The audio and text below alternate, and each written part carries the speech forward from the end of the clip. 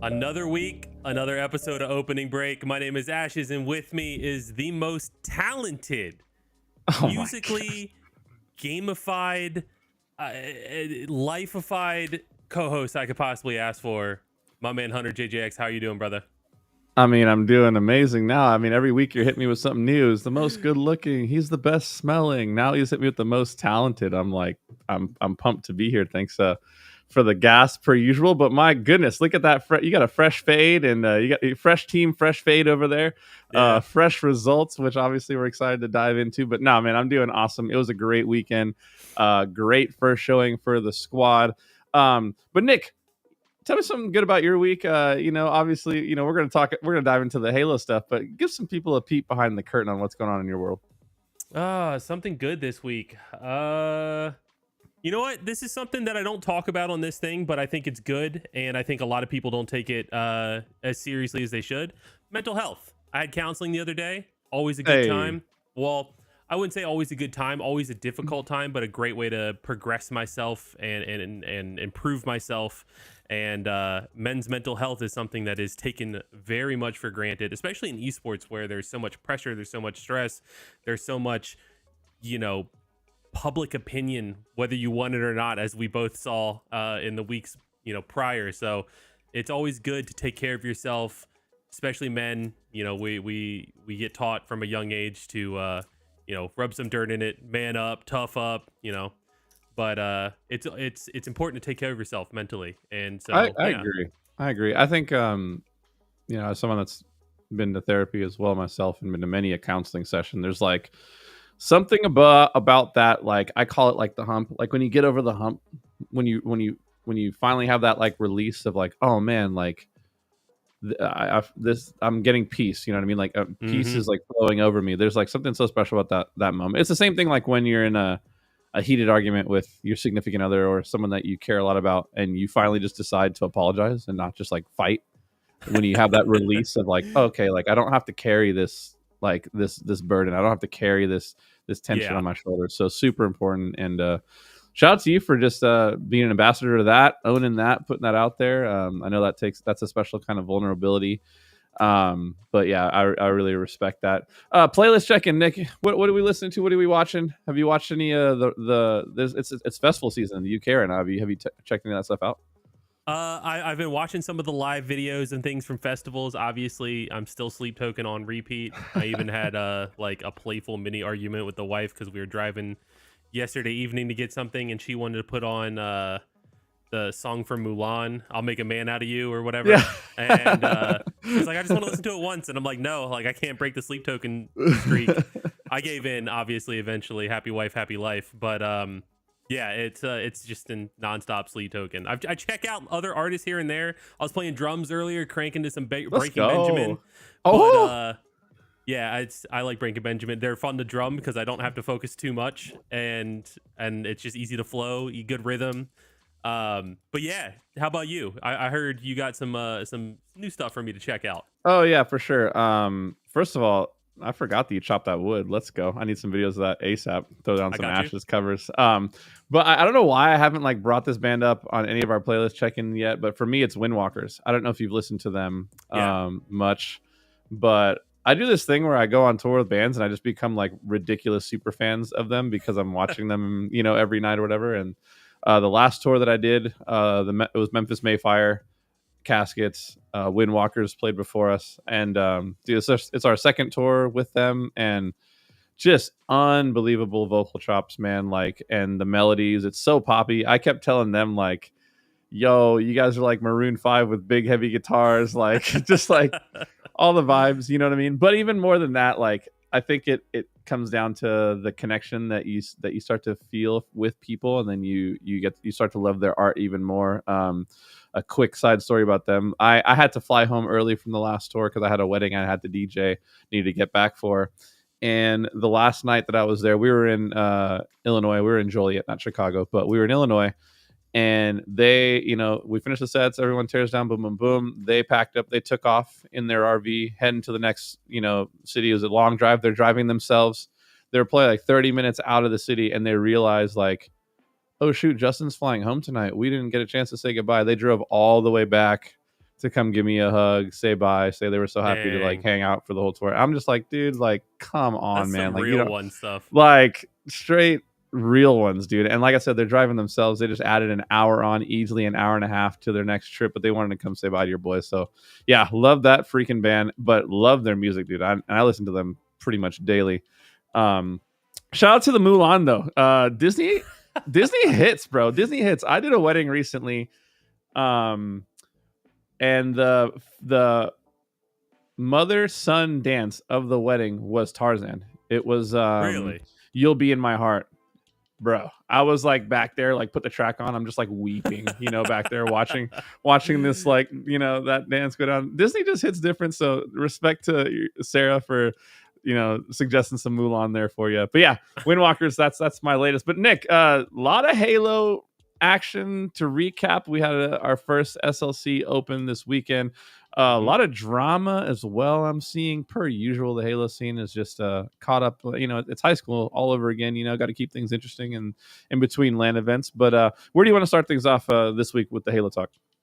Let's start off with Open Series number 5, since that is I think that's probably going to take up the majority of our time anyway, since we got to recap. You know, we have a lot of first looks at a lot of new teams, ours included, and you know, can kind of give some good intel into how these new rosters are looking just out of the gate, natural chemistry, and then, you know, we can talk about, are they gonna, or what are our expectations in terms, do we think they're gonna continue to grow? Do we think, you know, this is their ceiling, stuff like that? But let's go ahead and show the bracket, please. I have pulled up, and I will share screen like that.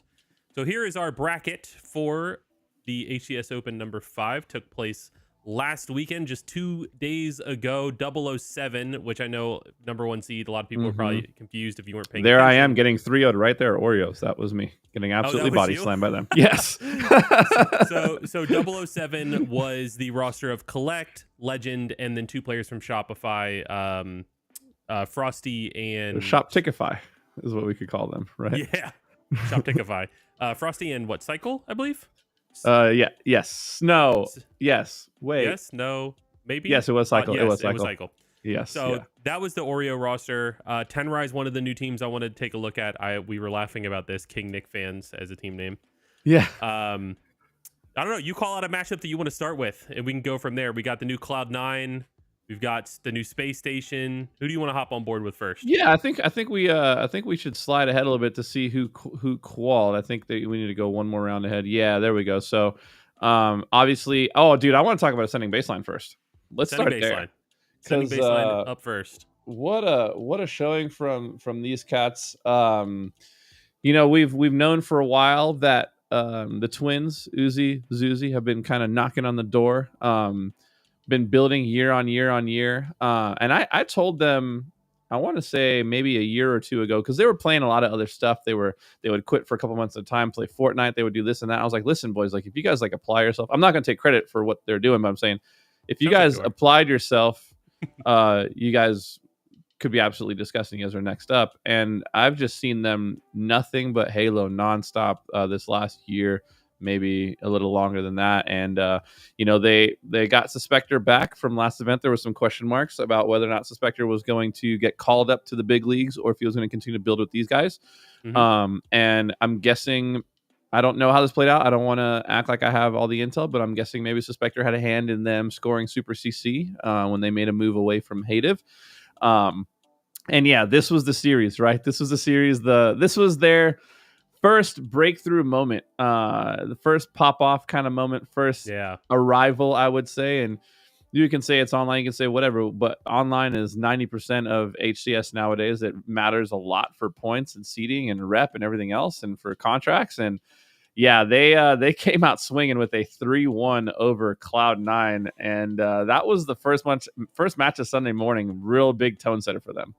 Yeah, that was one of those ones that really surprised me. You know, there's a lot of hype behind this new Cloud9 roster, and actually we can hop over to this tab and kind of take a more in detailed look at it. But we let Julian go to Cloud9 because he had, an offer and an opportunity there. Obviously, he replaced Lethal, things that I wasn't comfortable talking about because it's not my news to break. But yeah, very clearly taking the place of Cloud9. My guess would be, they're kind of looking at the same thing that we were looking at when we signed Julian. They want to bring on the young talent, the up and comer, the guy with a really high ceiling. I know there's a lot of talk about fast and slow in Halo Infinite, and maybe there was a concept of Julian can increase the speed. Not that Lethal is slow by any means, but just that's something that he could bring to the table.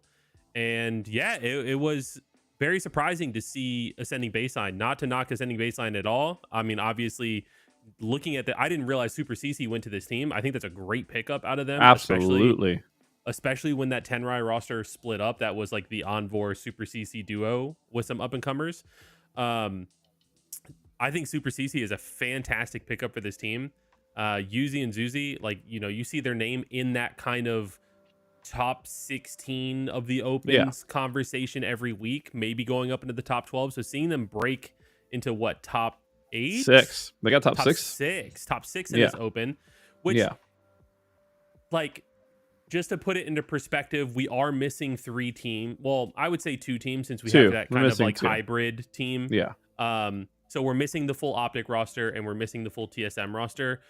We're going to kind of count Shopify since there's a 50% Shopify team in there and they ended up, winning the whole thing. Spoiler alert. Yeah.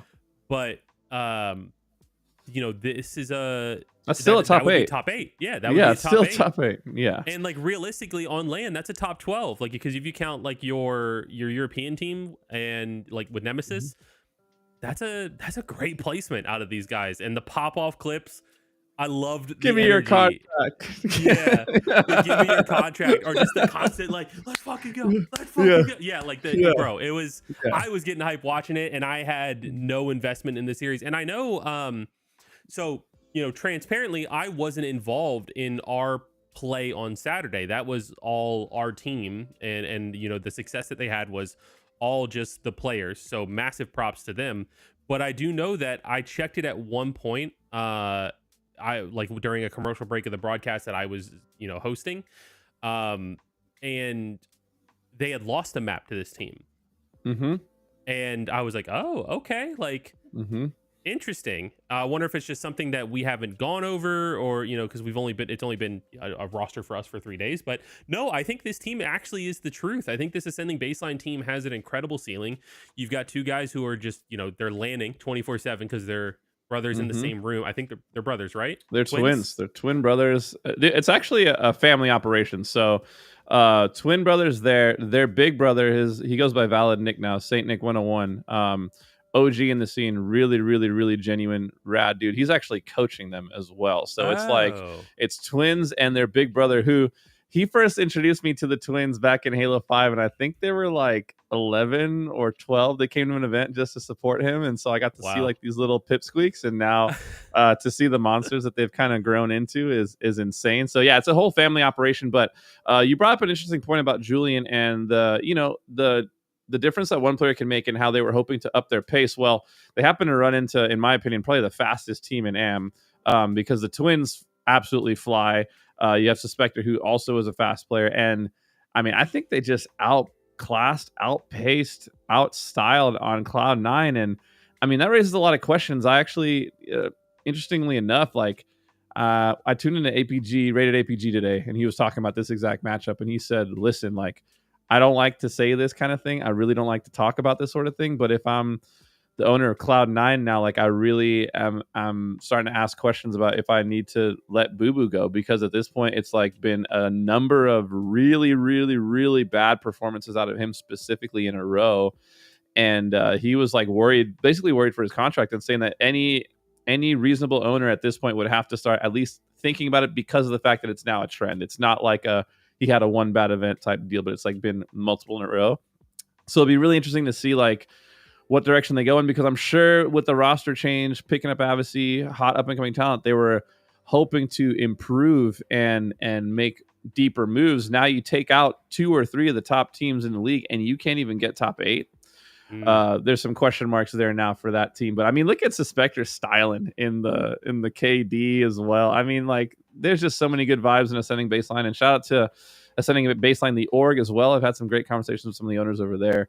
Really rad group, passionate group of people who love supporting the Halo scene. So I'm glad to see them kind of building a contender. Basically, they placed their faith in the Twins. They've been building around them, and now they're in a potential. They're in contention. They're the next team up to get into pools. Out from open. Yeah, absolutely. I think it's a good mix of players who have been around, done it, and players who are still hungry to prove themselves. And I think for Suspector and Super CC, they have that hunger to like say, hey, I'm not done. Like it's I might not be on the Fnatic of season 1 or the X set of season 1. And funnily enough, Suspector obviously was on this Cloud9 roster, so and got dropped by the player who Avicii ended up replacing. So or for the whatever. So I am wondering if there was like a chip on his shoulder. Revenge buff. We talk about it. Yeah, literally. I'm going to refrain from talking about my thoughts on criticism on specific players, since that seems to get taken out of context or people don't understand the humor. But I will say I'm impressed by the Twins. All of these matches super close. Live Fire King looked pretty convincing. I haven't watched the series, but just on the scores, right? Like 250 to 236. That's a super close. Strongholds 2-0 and Fortress Bomb. Fortress Bomb can, it can be entirely dependent on those overshields and the closest series you could possibly see. In fact, I want to look at that closer.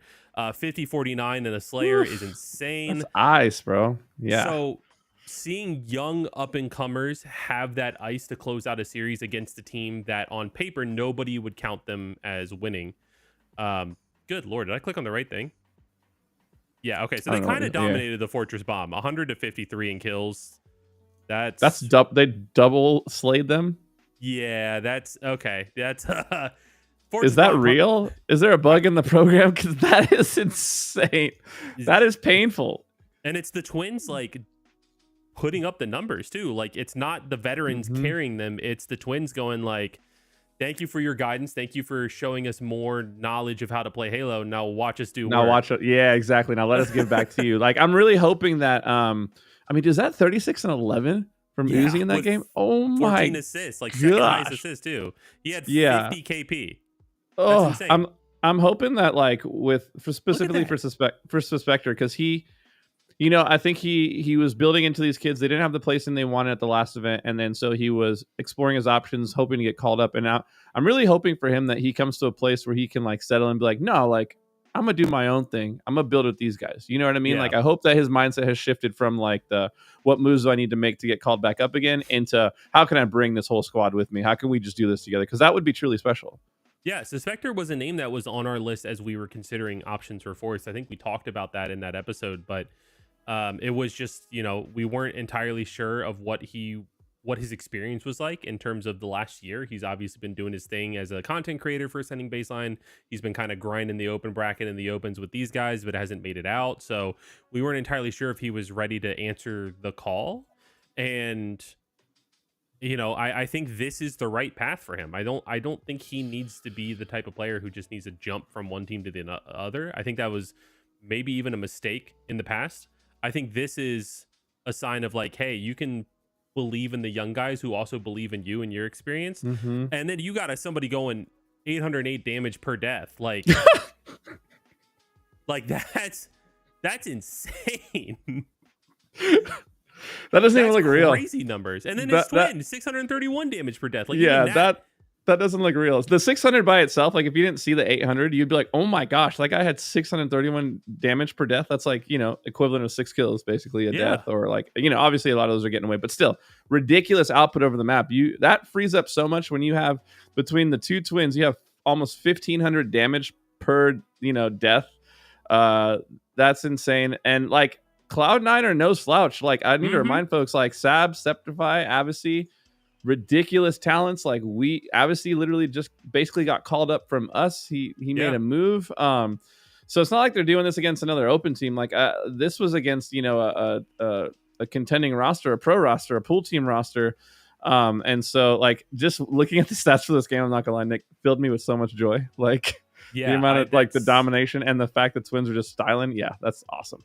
it's kind of unbelievable. Yeah, I think that's the biggest thing that people need to take into consideration. This is not a matchmaking game. Like these guys are shooting 70% accuracy against Cloud9. Oh like, my god. Yeah. That's what I'm I didn't see that man. either.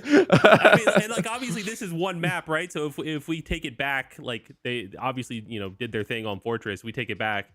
They're still shooting in the 60s, man. Like I think they were streaming, so I got to go back and 67.2. watch their stream. I got to go back and watch their stream of Yeah. that series. I'm gonna go back and watch the stream of that series. I need to as well. Like this clearly was a very entertaining series to watch. I'm sad I missed it. Hopefully it was on LVT.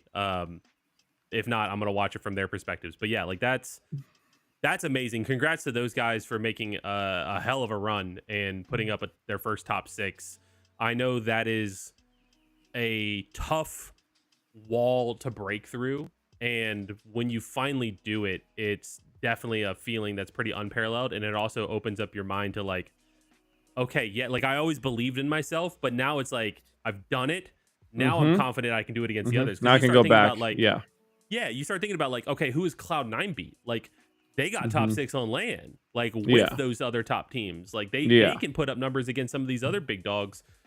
I know we can beat them 3-0. I can shoot 70% accuracy against them. Like, what am I capable of? Maybe even more so than I thought before. So, congrats to them, man. That's awesome.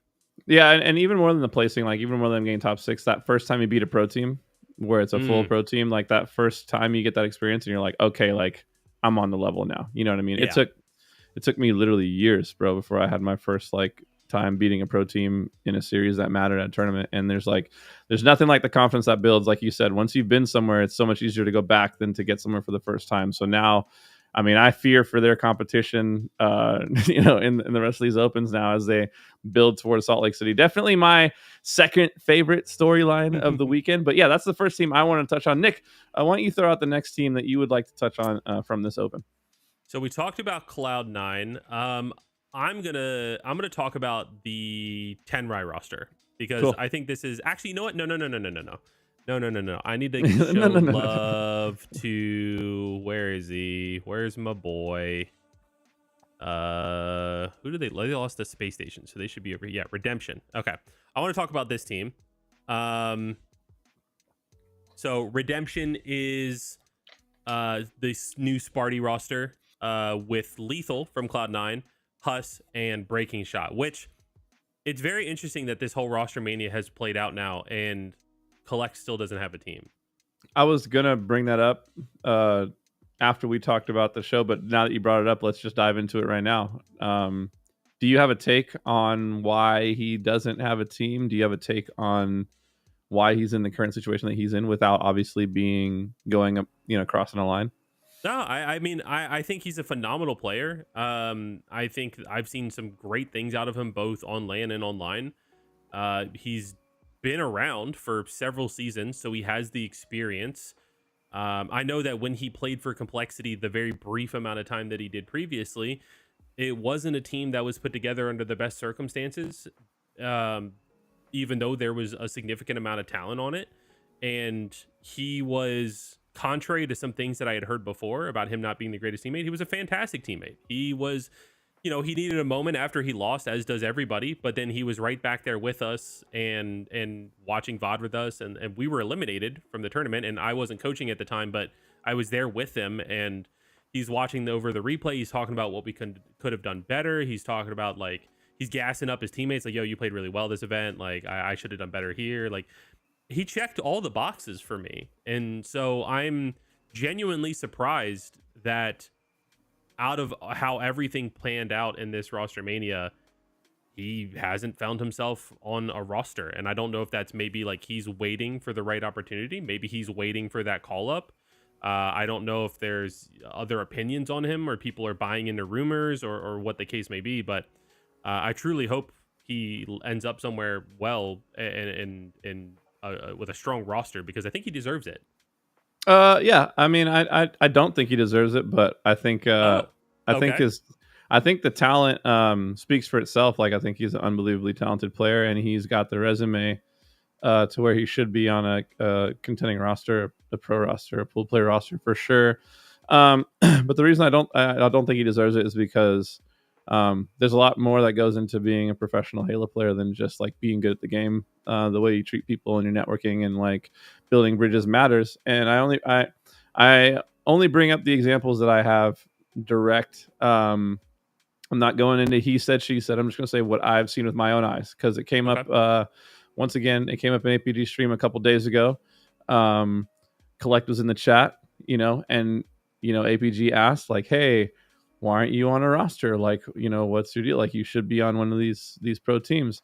And his response was, "They're all mentally slow." And he didn't say that mentally slow, and he said it multiple times in the chat. And APG was like, "Whoa, whoa, whoa! Like, you can't don't just be saying that. Like, you gotta don't burn your bridges." And he said it like 3 or 4 times. They're all, that word. And so like that's his sentiment towards the rest of the pro scene and the pro teams. So it doesn't surprise me that he is not on a roster because like you and I have talked about it, with just how important it is the way you carry yourself, the way you exit, the way you speak to others, like when things don't work out. Like there's only so many people in the scene now, and if you always like burn a bridge every time a team breaks up or a team change happens, eventually you're going to turn around, you're going to have no bridges left to cross, you're going to be all by yourself. And that's where I think he is, and I think he deserves to be there because he's put himself in that position. Interesting. Yeah, I wasn't aware of that. So Yeah. I mean, that adds up, right? The math is mathing. Yeah.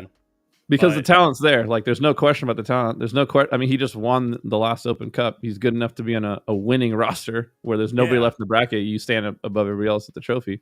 So you immediately have to go to the other things, the other intangibles that come with like being a professional. And yeah, he doesn't check those boxes for me. Okay. I mean, like I said, I think that makes sense. So going to this roster is crazy though, because this is like Complexity Black. If we're being honest, I love this roster. Obviously, everybody on this team, I am a massive fan of. I mean, I've never interacted with Lethal too closely outside of the brief time in Optic. But Spartan, Huss, Breaking Shot, love those guys. All Complexity alumni.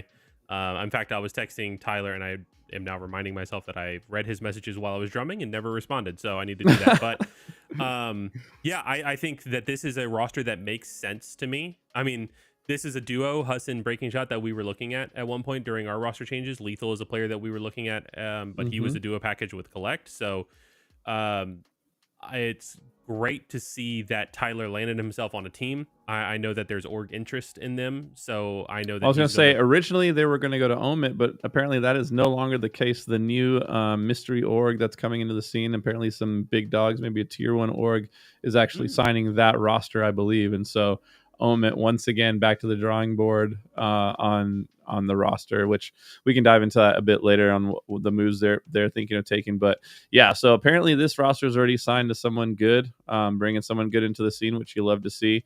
Yeah. I didn't get to follow them. Like I wanted to follow them more than I did. How did they end up doing overall in the tournament? I see here they lost to Space Station 3-1, but how did their losers run go? So they lost to Space Station 3-1, and then I think they beat Dark Inside or Dead Inside, and then they ended up losing to FaZe 3-1. And I think, if I remember correctly, we can look at Data Hive because I believe it's on there. Both series were relatively close, especially for a brand new team, similar situation as us. In fact, here I can pull up the Space Station series really quick. So 3-1 in favor of Space Station. This is the new team that after that massive split and merge between the old FaZe and old Space Station. So our first look at Eco, Suppressed, Stellar, Falcated, the team that wanted more speed. Only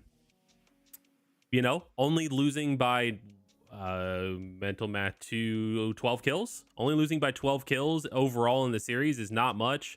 3-1. It looks like the Live Fire Strongholds wasn't very close, but everything else, oh my gosh. Well, Stellar, that's why. I mean, Stellar had one of his games where he just said, one of those games, dude, where it's like you're not winning that game. Sorry. Yeah.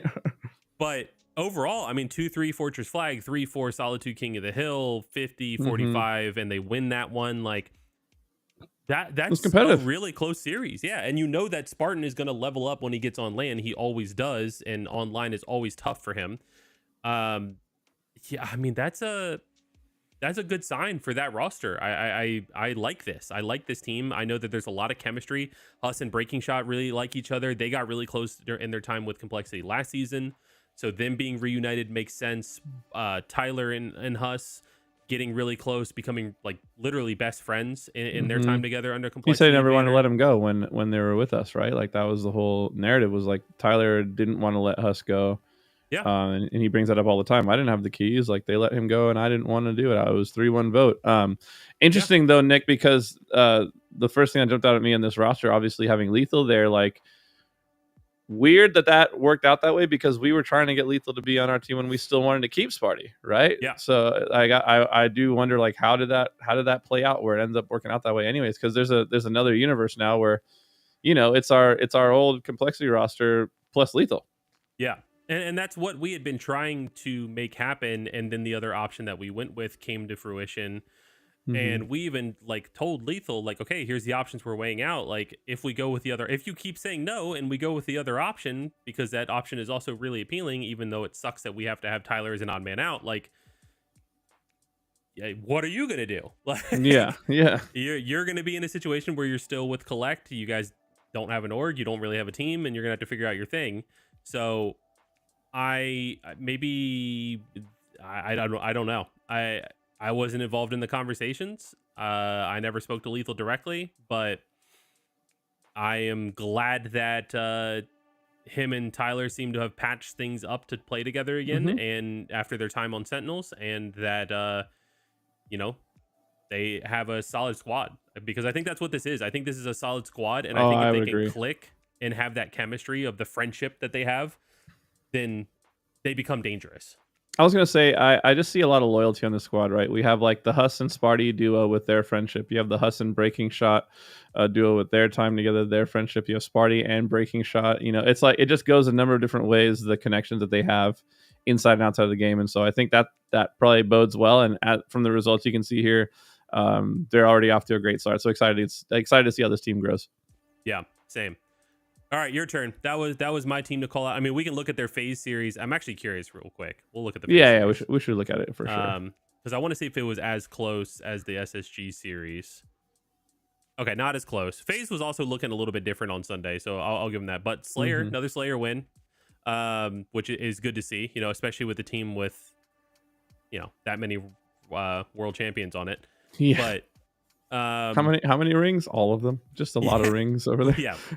But again, like 3-1, they take the Slayer. The other maps don't look as close in terms of just the overall score, but they're not getting 3-0'd. So I think that's a good starting point, having not gone over everything or anything, having not gone into scrims yet. So, and honestly, like they probably solidified that Lethal thing last minute, if I had to guess. So yeah, good on them.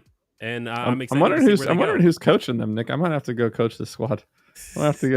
I'm actually curious about that. I was thinking about. It's so funny that you brought that up. I was thinking about that earlier because I know that Sunzel is coaching Tenrai. I know that like the only coach I don't know what's happening to that's kind of a free agent is Hoaxer.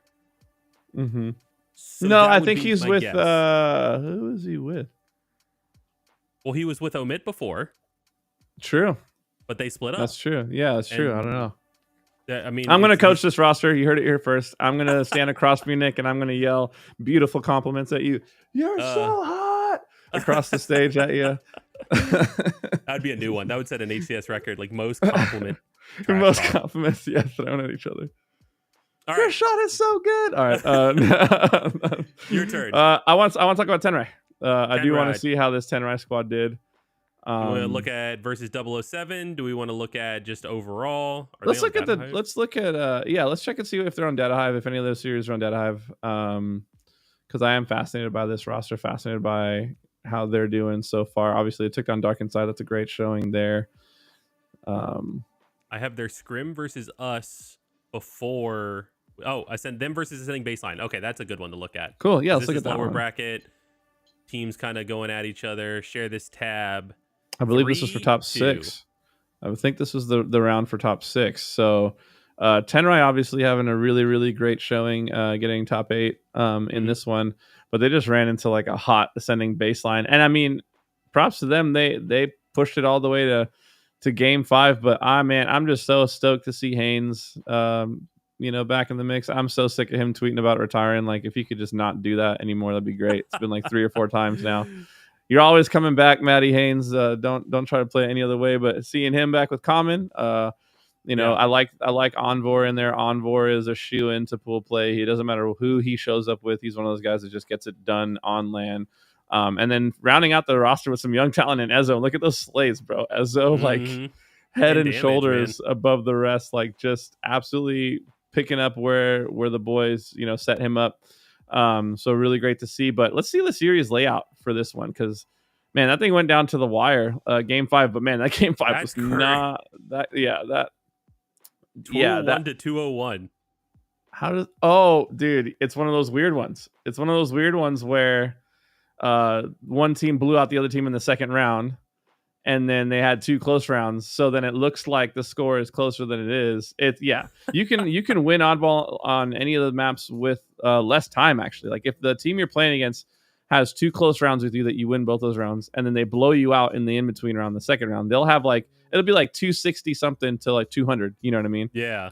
So that's funny. But yeah, so Tenrai ends up taking that. But Ascending Baseline, like, I noticed with this series and the series before, when they beat Cloud9, like, they won the game 2 Slayer and used that as a momentum to win the rest of the series, which is not the norm. And in this series, they lost game 3, so they had to go back to back for games 4 and 5. So once again, showing ice. But man, their Slayer prowess is insane. I mean, they blew them out in game 5, 50 to 31. But I don't think people realize just how important Slayers are. A lot of pro teams don't scrim the Slayers. I don't like Slayers personally. They seem like a toss-up. But when you look at your series layout, one of my good friends, who I'm not going to expose, showed me a breakdown of game types. He was like, hey, look at this for the last lane. He said, look at this. He said, this is for if every single one of your series goes to game 5. Here's the game type breakdown. And it was something like 28 or 29 Slayers, and the next game type was like 12. Like, how many times you're going to play it in the tournament if you always go to game 5. And he's like, so now tell me why everyone's like scared to play Slayers. He's like, we scrim we'll play AM teams and just play Slayer only, like, just to get extra Slayer practice to be able to one up their opponents. So a team that's really good and dominant at Slayers, like Ascending Baseline has been so far, will ice series, because they're going into those Slayers confident. They know what they bring to the table. They know their speed and aggression is going to pay off for them. And yeah, I mean, they end up blowing them out, just damn near staking them in game 5. Yeah, I know when our roster came together, like, once everything was decided, finalized, we talked to Tyler. We kind of, pseudo announced on this show last week. We hopped into a call and went over CTF, Bomb, and Slayer, and maybe Strongholds. We didn't go over King of the Hill, and we didn't go over Oddball. Just generalized concepts of how we want to play those games, especially within like the Ryan Noob system. And then in our scrims, like against Envy and against Ether, specifically against Ether, we did every single map. Like, that's the first time in a while that we've done a complexity team's done a 20 map scrim. But everyone was excited, honeymoon phase. Ether was, like, they beat us in that scrim, right? Like, Ether is just being the goats that they are when it comes to online. But good Slayer practice and knowing and like getting a chance to kind of implement all of those things and practice all the things that we just talked about. And now, since this tournament, we've gone over the other 2 yesterday in terms of how we want to play and approach King of the Hills, how we want to play and approach Oddballs. And so that's going to be the focus, is implementing those and getting used to those. But yeah, I think getting that Slayer practice, a lot of teams don't do it. It's kind of like we'll sprinkle in 1 or 2 Slayers if we have time. Let's focus on the OBJs, because they think that, Slayer is going to play. It's the same map. It's the same weapons. It's just, kill each other. Don't worry about a ball. Don't worry about a hill. But I think Slayers play different enough that it warrants the practice. It's just there's too many GD modes and maps in Halo. Dude, 20 is there's insane. Too many. Yeah, we used to back in the day. Like, I hate to be that back in the day guy. I want to do it only once a show. So this is my once a show. Back in the day, we only had 11. Yeah. Like, we had 11. If we had to do an extended series, a best of 11, you were going to play all the game types, and that was going to be that. So like, this whole idea that there needs to be 15, 17, now 20 game types, I think is just that's excessive, dude. And like, we could do without Fortress. Like, that's 2 gone right there. Like, get those gone. Like, we don't. you don't need to have every single map and mode on every single. I mean, you don't need to have every mode on every single map. You know what I Yeah. mean? So, would love to see them, maybe refine that list a little bit, cut some game types, and don't feel the need to replace them with something else. You know what I mean? Or But just give us a veto system. Like, give us yeah, some sort of pick and ban. I know we had that in Gears, and that was one of my favorite things as a coach, was that chess match of like, okay, against this team, we know this is their auto ban. They never practice it, hmm so they're going to ban it first every time. This is ours. Like, can we maybe prep something on our auto ban and just surprise them? We never did that, but like, it's an option. yeah. Um, but it's like that little chess match before was fun for me as a coach, so I'm definitely biased. But then also, like, it just limits the amount of maps you got to practice. Like, we would load into scrims. A scrim is 2-hour block. You play as many maps as you can. We know the other team's auto ban, so we're not going to run that map. They know our auto ban. We're not going to run that map. So we cover the other, as many as we can in 2 hours, and then we're done. Yeah. We're not burning ourselves out. Like, I think Halo scrims, and I've been saying this since I started coaching, like Halo scrims, if you play all 20 maps, are roughly like 4 to 5 hours, just depending on like how many technical issues, how many game resets, restarts, all of that stuff. 4 to 5 hours. And like, you cannot stay focused, locked in for 4 to 5 hours. And that's just like map finishes, set next map, load into next map, go. That doesn't Yeah. count like discussion time, bathroom breaks, cigarette breaks, whatever the case may be. Yeah. And it's so freaking inefficient. It's so bad. And I wish there was a way to like fix it. But even when I've tried with our teams, like, hey, like, let's take 5 or 10 minutes between maps and like go over what we learned, what we want to improve on, and then go into the next map. Other teams just get so They're going to lose impatient. it. Yeah, they're going to lose it on the other side. Yeah. It's insane. And then you have to have a separate day of VOD review to go over everything, which is fine. I still think that's an important thing, but now, are you going gotta over the full 4 to 5 hours of gameplay in the VOD review too? Or are you hell just, no. I was going to say, like, that just No. sounds like the worst time ever. Like, no wonder these teams are having issues in their film room and whatever. It's like, you don't want to have to sit there and go back through the freaking blender, but now just watch the blender and not even play. Like, that's impossible. So Yeah. I mean, yesterday we did 3 or 3.5 hours of like theory / VOD. Props to Ryan because he led all of that. Typically for VOD review, I like what I'll do is I'll like let the team know, like, or I'll talk to the team like, hey, this is a map that I saw that we need to improve on. Even on Data Hive, like, we're 1 in 12 on this map, like in scrims. We need to go over this. We need to figure our stuff out. So I'm going to do prep on that, and I'll go through, spend about like an hour or two, depending on, what the map and mode is, and prep like just notes. And the notes that I have will be timestamped of like, 30 seconds into the game, this player did this. It costs us this, this, and this. Like, how do we want to play the situation? Or, don't be an idiot here. Or like, so that they can see visually, what the mistakes are and how to improve them. And we can all get on the same page of how we want to play the game in different scenarios. But there needs to be as a community. As a community, we need to do a better job in how we approach scrims and improve the efficiency of this stuff, because 4 to 5 hour scrim blocks is not it. I'm telling you, it is just not.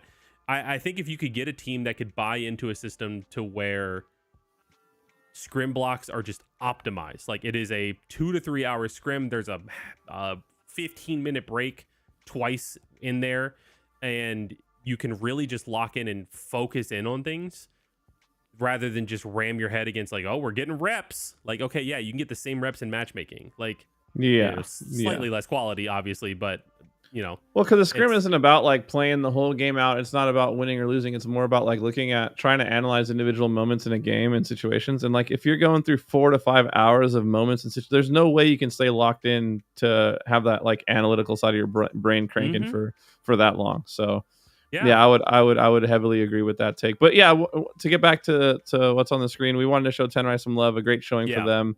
Top 8 finish. Ran into a hot ascending baseline team again. Love putting the spotlight on them a little bit. But Nick, the main event, the main thing that we wanted to chat about, I'll let you take it away, Bo. But it feels good to be right once in a while when it comes to a roster move, don't it? Yeah, it does. I mean, I don't think with the options that we had, like whether we found a fourth or we, did what we did. I don't think we were ever going to be in a bad situation. We were just really lucky to have, a lot of really talented options, just not necessarily in terms of like who do we want to get as a fourth. But it did feel good when I ended the broadcast and I saw people in the Complexity Discord join, if you're not already joined, talking about this series. I was like, wait, what? We 3-0'd FaZe? Okay, cool. So yeah, I went and checked it out, and yeah, I mean, when I joined Discord, the guys were just starting to watch the VOD back and like talk about the stuff and be excited about how well they did. And I sat there and watched it with him, and I also watched it myself later. And I mean, honestly, like it was kind of a blowout. Like the guys looked really, really good. They were on the same page. They were fighting the same things. They were helping each other. Like nobody is standing out. Like Nick obviously did, more damage than anyone else, but nobody is like, it's not like that game that we saw out of Stellar, right? Like there's not one player hard carrying the series or a map. It's like everyone did their part. Everyone's got over a 1.0 KD. Everyone's positive. Everyone's positive. Everyone's got over a 2.0 KDA. Like the live fire strongholds, I was super impressed by. The Slayer looked really good. Like we were collapsing, we were moving well. The Fortress flag was super back and forth. But that's also like one of those maps where it's a double sniper map. So like it just needs one player to go off with the sniper rifle and it can change the entire flow. And even then we were doing a lot of like the things that we wanted to do in our game plan, which was really cool to see watching it back. So it's really fun for me. Sorry, I didn't mean to cut you off. You go for it. I was just gonna say it's really fun for me to see, like, because Ryan Noob, I think, has always been known as like the big brain, the 10,000 IQ kind of guy, and he's been very open about the fact he's like, hey, I never have like the most talented rosters. Like I just know how to maximize what I do have. I know how to use our other advantages rather than just like relying on raw talent and raw like slaying power. And like he calls it like strength, like how strong my team is. He's like, I'll find a way without being necessarily a strong team. But it's really fun to watch what he can do when he does have some strength on the roster, like with Cherish, obviously, who's a breakout Infinite player, incredibly talented. King Nick playing literally the best Halo we have ever seen him play. In my opinion, I've never seen that guy play better in my life. He looks like a world-class Slayer right now, and we know what Mental brings. So it's like really fun to see Ryan kind of with players that are a little bit more established in their talent, in their dominance individually, and this was like the ultimate display of that, right? And for me, it was the we went up 2-0 again. I've seen this movie play out before. Let's see how this goes. And then for it to be closed out 3-0, I was like, oh, thank you, like finally. No reverse sweeps on this one. Yeah, I mean, I told Ryan, and I think I texted you this too when you texted me. I watch Ryan's POV when I'm in with him in scrims or tournaments. He's the one who shares screen with me so that I can do timers.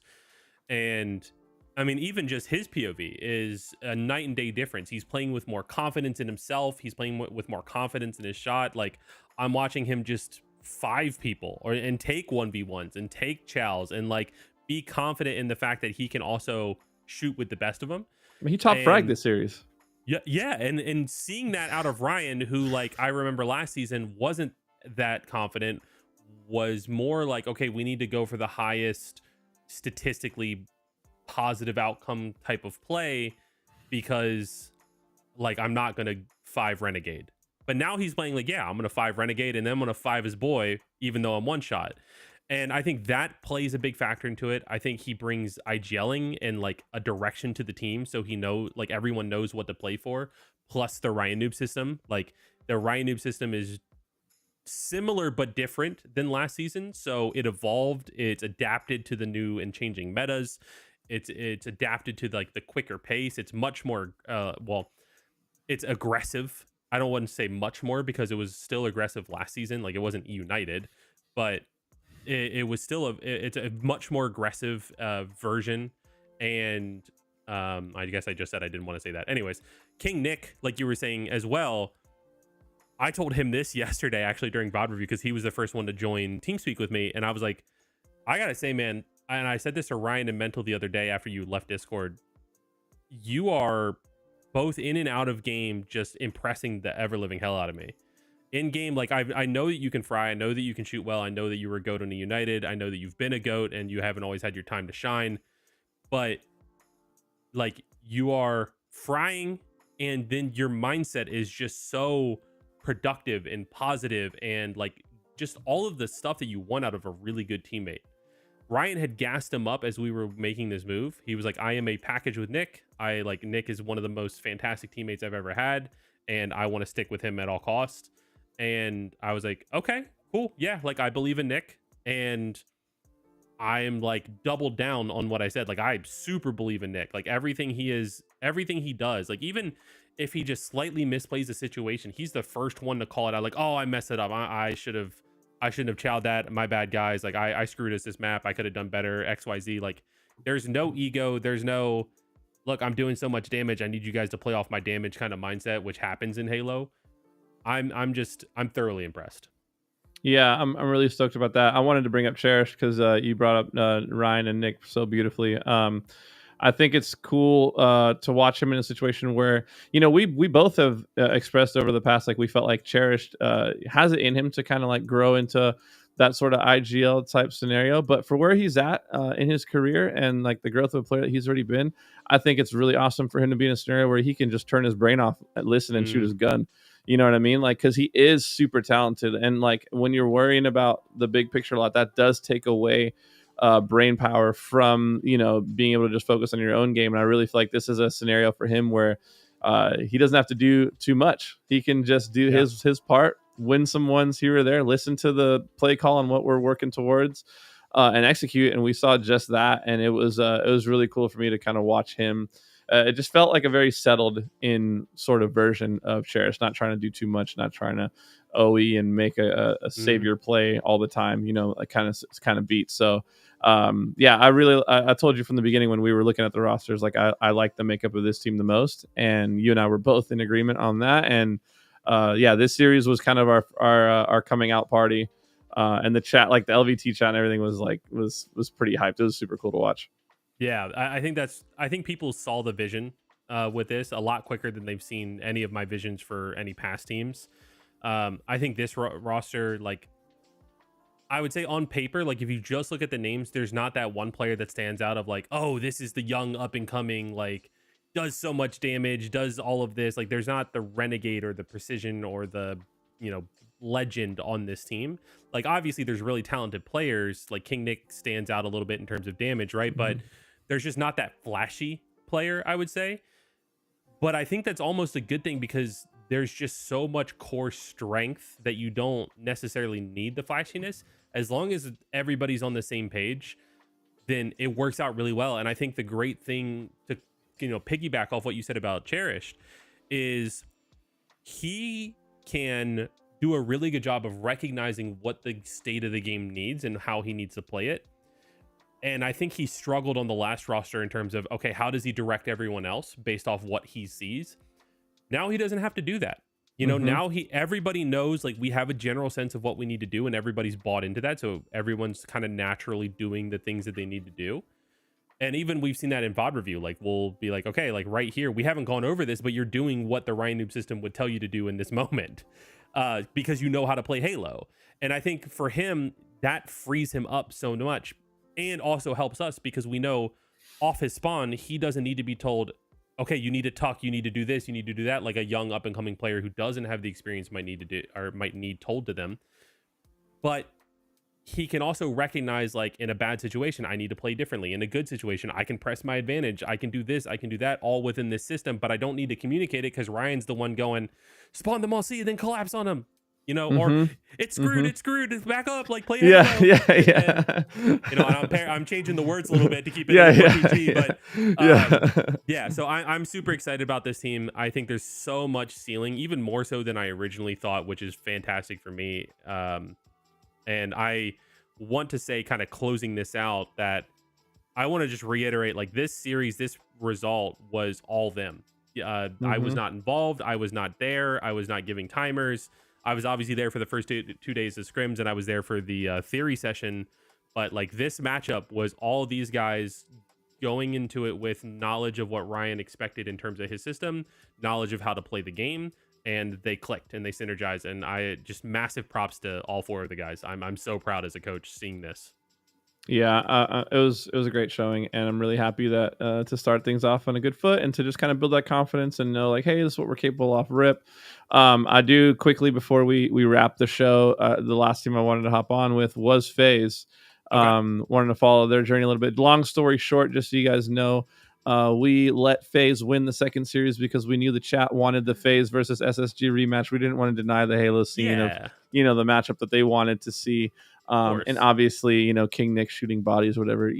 We were having some fun with it. But no, that FaZe versus SSG. To be honest, I was in and out of like a Sunday nap, kind of like in and out of consciousness watching this series play out.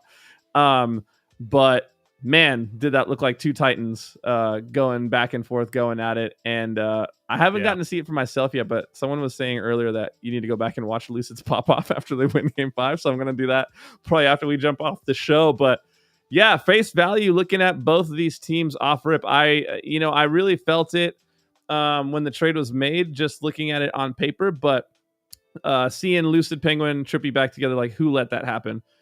They get back together, they're instantly second place again, which is where they were at, which is something they probably took for granted a little bit beforehand. But a great first showing for this squad, and they bounced back on Sunday in a big way.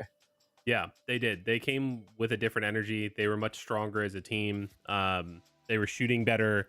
I think we were shooting a little bit worse, and I think they capitalized on that as well. But yeah, I mean, they looked championship Sunday form. It's funny seeing this series how like it went down. They got outslayed by 21 kills by the quote unquote faster team, but ended up losing the series. And I'm very curious what your thoughts are in terms of where does it go from here, right? Like neither team scrimmed before this, as far as I'm aware. Who grows more? Like, do you think, okay, this team in Space Station, they got more kills. They're obviously winning in the Slayer prowess. So, of course, most of that probably came down to the Street Slayer. Do they synchronize on their OBJ and just become stronger? Or does Snakebite, who you could almost say like maybe underperformed compared to his norm a little bit here, he's going to get more comfortable in this core trio and they're just going to get even better and better? Like where do you see this one going?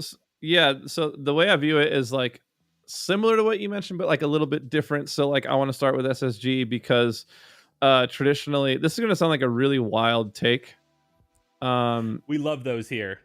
Reddit, here and we come. I hope that anyways, traditionally speaking, Ecostellar Space Station gaming teams don't really improve much. What I say, but what I mean by that is like they kind of they base their whole team around like the strength of their individual players and their ability to spontaneously dominate the map.